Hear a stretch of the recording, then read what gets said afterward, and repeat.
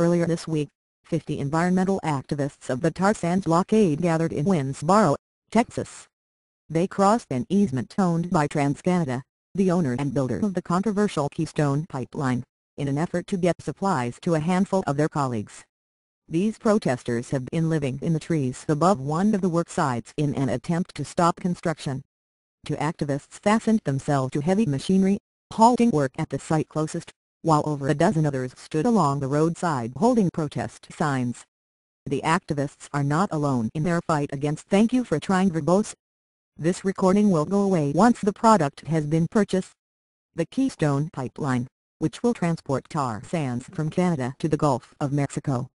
East Texas landowners are also fighting the pipeline. On October 4, 78-year-old Eleanor Fairchild and actress/environmental activist Daryl Hannah stood in the path of heavy machinery on Fairchild's property. They were arrested. Since then, 21 people, including Miss Fairchild, have been served papers labeling them eco-terrorists, as part of a civil suit against them for work stoppages. Reporters, too, have been detained covering the tree-sitter protest, though the local police have not pressed charges against any of them. Access to the activists in the "Thank you for trying verbose." This recording will go away once the product has been purchased. Trees is now blocked off to all media. Landowner David Hightower says that if conservatives who support the pipeline knew more about the construction and about tar sands, he thinks they would change their position.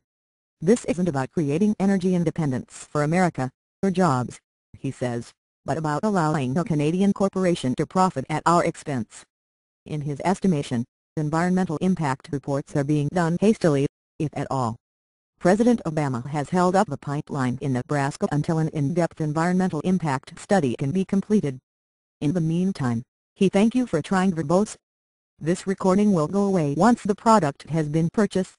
Endorsed the fast-tracking of the southern portion. Earl Hadley, an Oklahoman of Cherokee descent who is protesting the pipeline, thinks fast-tracking the southern portion of the Keystone pipeline will make the creation of the northern portion inevitable. Julia Tribb Crawford, who owns property on the Oklahoma/Texas border, is fighting TransCanada using a different tack. She claims the company has misused eminent domain laws. While a district court ruled in favor of TransCanada when Crawford brought a case, she is appealing the ruling, saying that the judge offered no explanation for his verdict. She says she is willing "Thank you for trying verbose."